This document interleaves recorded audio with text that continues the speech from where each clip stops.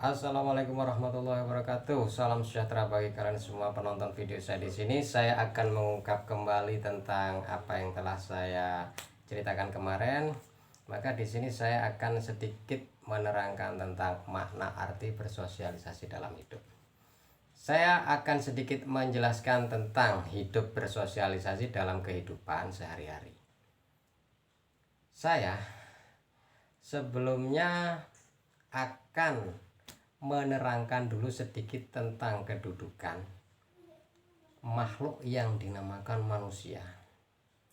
Manusia ini diciptakan oleh Tuhan sebagai makhluk yang sempurna, yang penciptaannya terdiri dari 4 unsur, yaitu yang kemarin sudah saya sebutkan, dari unsur tanah, unsur api, unsur air, dan unsur udara, yang ditugaskan oleh Tuhan diturunkan di muka bumi ini sebagai seorang pimpinan bagi makhluk-makhluk lain yang ada di alam semesta ini. Alam semesta ini tercipta jauh sebelum adanya manusia. Akan tetapi di dalam penciptaannya mereka tidaklah sesempurna manusia seperti Anda dan saya. Seperti kita semua, maksud saya di sini ya. Jadi mereka membutuhkan satu makhluk yang maha sempurna, yaitu manusia, yang akan dijadikan pimpinan bagi mereka. Bagi mereka yang saya maksud di sini adalah bagi alam semesta, agar supaya di dalam kehidupan alam semesta ini menjadi seimbang atau berkesinambungan. Begitulah kedudukan makhluk yang bernama manusia. Akan tetapi setelah manusia itu tercipta dan ditugaskan ke muka bumi ini oleh Tuhan untuk menjadi pimpinan bagi seluruh makhluk ciptaannya, manusia mulai lupa. Manusia mulai tidak lagi ada suatu pemikiran bahwa dirinya ini adalah seorang pimpinan. Manusia mulai lupa akan ciptaannya. Manusia hanya beranggapan bahwa yang dinamakan umat itu hanyalah sebatas manusia. Jadi manusia itu berpikir kalau saya ini umat berarti saya manusia. Jadi hubungannya itu hanya sebatas antar manusia dengan manusia. Sementara dengan lingkungan sekitar, manusia sudah tidak pernah menyadari dan tidak ada lagi berpikiran mengarah ke sana bahwa umat itu selain manusia itu banyak sekali. Itulah yang membuat saya harus menyampaikan pesan ini kepada kalian semua yang menonton video saya. Sehingga manusia berpikir bersosial itu hanya sebatas hubungan manusia dan manusia. Tidak lagi memikirkan keberadaan atau eksistensi makhluk lain di sekitarnya.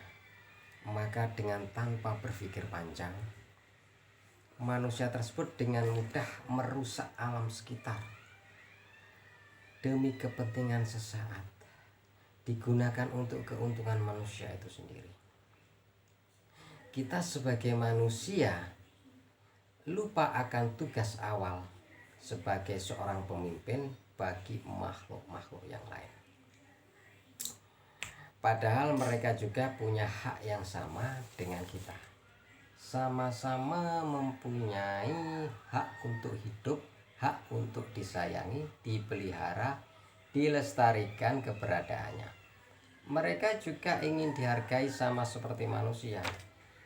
Jadi jangan salahkan. Jangan kita pernah menyalahkan jikalau alam semesta ini sudah saatnya bergejolak. Karena sudah sangat lamanya menunggu uluran tangan manusia untuk memberikan suatu perhatian, kasih sayang. Tetapi begitu lamanya menunggu, tidak kunjung jua dari tangan-tangan manusia sebagai seorang pemimpin untuk memikirkan keberadaan makhluk di luar yang namanya manusia. Coba sekarang kita saksikan banyak sekali media massa ataupun media sosial ataupun televisi dan lain sebagainya yang sama-sama kita tahu akhir-akhir ini banyaknya gunung meletus, banyaknya banjir bandang, angin puting beliung terjadi hampir merata di seluruh jagat raya ini. Sebab mereka sudah mengeluh, mereka bosan dan berontak dikarenakan ulah tangan manusia itu sendiri. Cuaca sulit diprediksi, penyakit mulai bertebaran, dan banyak lagi lainnya. Semuanya itu terjadi karena ketidaksanggupan alam semesta ini menopang keserakahan ulah tangan manusia, sehingga Tuhan mengizinkan mereka untuk memberi satu peringatan kepada makhluk yang bernama manusia, agar manusia bisa berpikir dan sadar akan kesalahan-kesalahan yang mereka lakukan.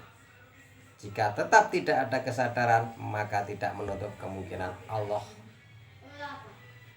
akan mengizinkan mereka untuk selalu bergejolak di waktu yang sangat panjang. Dan kemungkinan alam semesta ini akan digulung dan diakhiri oleh Allah Subhanahu wa taala.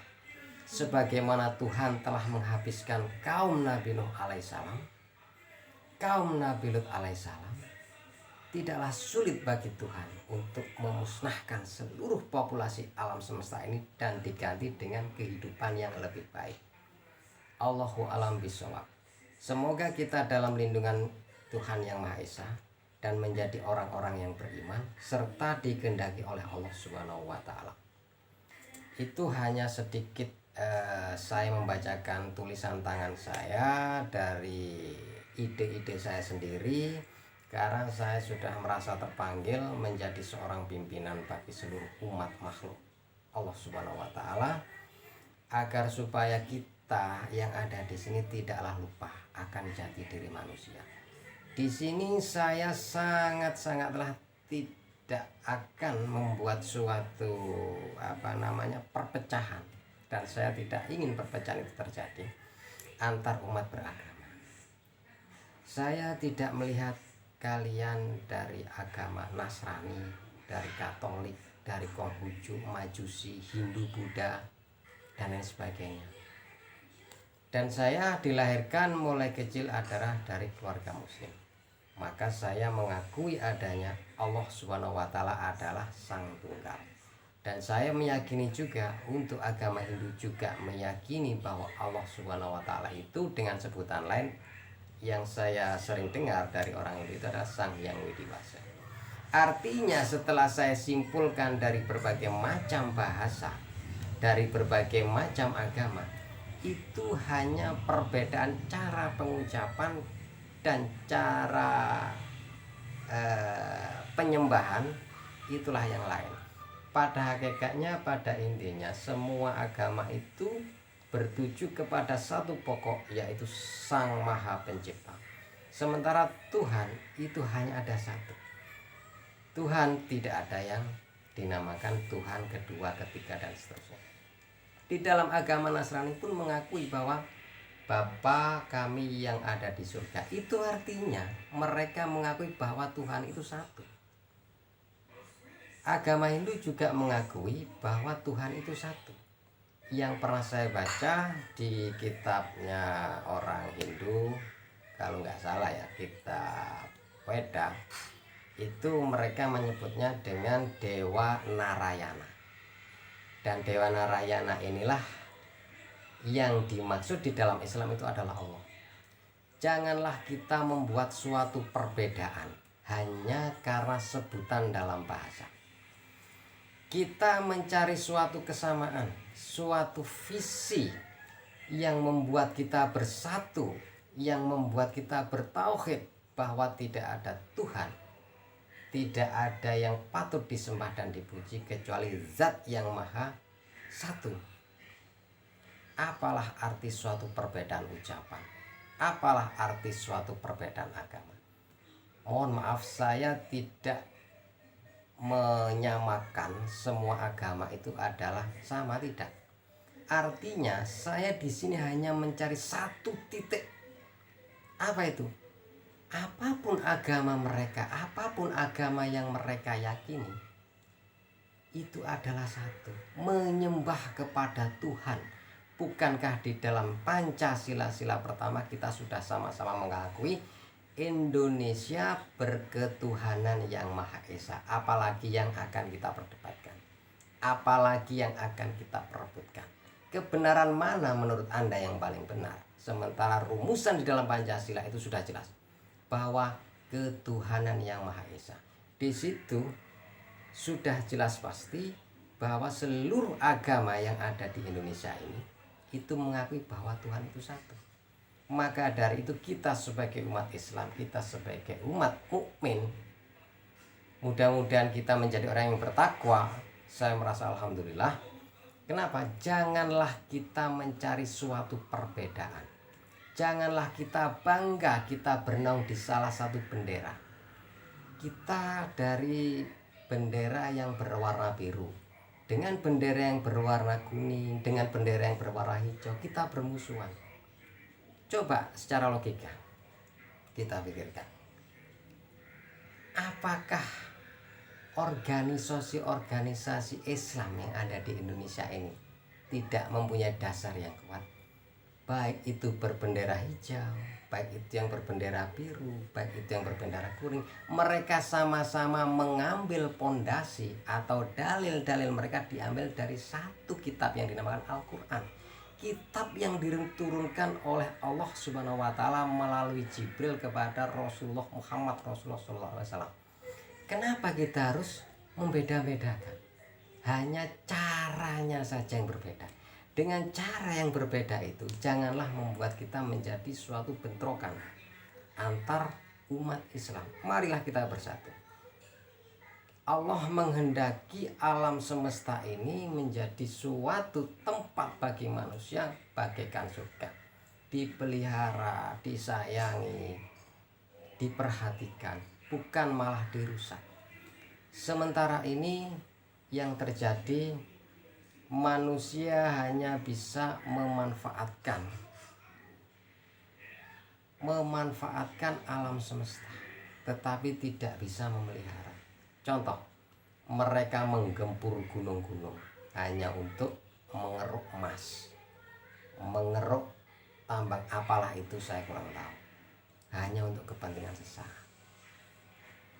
Mereka menebang hutan-hutan dengan alasan memperluas lahan, itu juga untuk kepentingan manusia sesaat. Mereka mengotori air sungai dengan sampah-sampah yang dibuang begitu saja tanpa harus memikirkan bahaya jika nanti hujan sudah turun. Dan banyak lagi kerusakan-kerusakan yang diakibatkan oleh ulah tangan manusia itu sendiri.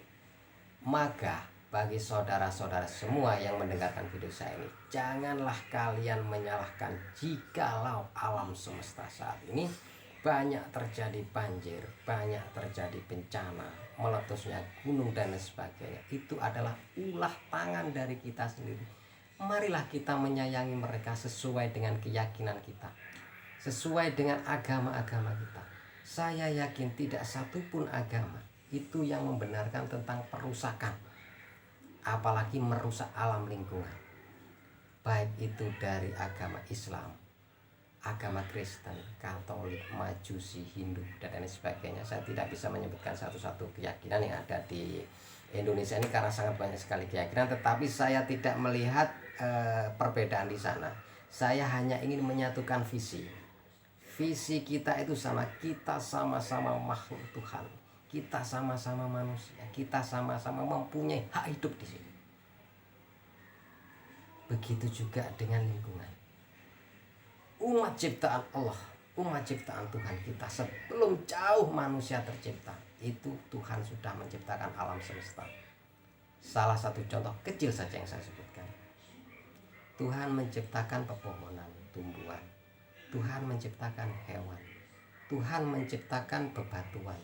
Tuhan menciptakan apa saja seperti matahari, bulan dan lain sebagainya, itu adalah umat Tuhan. Bukanlah yang dikatakan umat itu hanya sebatas manusia. Makanya kita mulai saat ini cobalah kita buka cakrawala kita bersosialisasi ini bukan hanya sekedar manusia dan manusia, tetapi manusia dan manusia plus manusia dengan alam sekitar. Marilah kita lestarikan alam semesta ini, marilah kita doakan alam semesta ini supaya mereka itu masih bisa menunda gejolak-gejolak yang akan mereka lakukan untuk hari-hari berikutnya. Apa doa yang dikehendaki oleh Allah Subhanahu wa Ta'ala? Doa yang dikehendaki oleh Tuhan. Doa yang dikehendaki oleh Tuhan itu adalah dimana setelah kita melakukan suatu ibadah kewajiban, maka kita berdoa kepada Tuhan kita untuk mendoakan alam semesta ini. Bagi umat Islam saya sudah menyiapkan doanya yang berbahasa Arab, dan untuk orang-orang Nasrani, untuk orang-orang di luar Muslim atau non Muslim, saya juga sudah mempersiapkan doa-doa tersebut. Dan doa-doa tersebut adalah mencakup doa seluruh alam semesta termasuk manusia. Karena kita jangan lupa, manusia adalah bagian dari alam semesta, bukan dari alam-alam lain. Kita makan dari hasil bumi. Bukankah bumi ini adalah alam semesta? Kita minum dari sumber air yang keluar dari bumi. Bukankah bumi ini alam semesta? Kita memakan buah-buahan. Bukankah buah-buahan itu adalah dari alam semesta? Sekian video yang saya buat hari ini. Semoga bermanfaat dan akan saya lanjutkan lagi lebih dalam lagi, lebih terperinci. Bagaimana caranya kita mensyukuri, bagaimana cara kita memelihara, bagaimana cara kita mendoakan alam semesta. Tunggu video saya selanjutnya. Salam Naturals of the World.